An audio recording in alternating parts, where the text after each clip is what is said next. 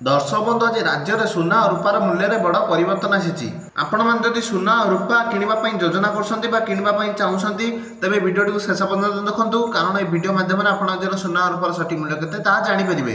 तेज आज भारतीय बजार में 24 कैरेट सुना दर 10 ग्राम पिछा 1,01,180 टଙ୍କା रही। सेपरी 22 कैरेट सुना दर 92,750 टଙ୍କା रही आज भारतीय बजार में। सेपरी भाव आज ओडिशा राजधानी भुवनेश्वर में 24 कैरेट सुनार मूल्य 10 ग्राम पिछा 1,01,180 टଙ୍କା रही बेले 22 कैरेट सुनार मूल्य 10 ग्राम पिछा 92,750 टଙ୍କା को पहुंची। सेपरी आज भारतर राजधानी नुआदिल्ली में 24 कैरेट सुना 1,01,330 टଙ୍କା और 22 कैरेट सुना दर 92,900 टଙ୍କା रही 10 ग्राम पिछा। सेपरी आज मुंबई में 24 कैरेट सुना दर 1,01,180 टଙ୍କା और 22 कैरेट सुनार मूल्य 92,750 टଙ୍କା रही। एवं चेन्नई आज 24 कैरेट सुना 1,01,180 टଙ୍କା रही बेले 22 कैरेट सुनार मूल्य 10 ग्राम पिछा 92,750 टଙ୍କା रही।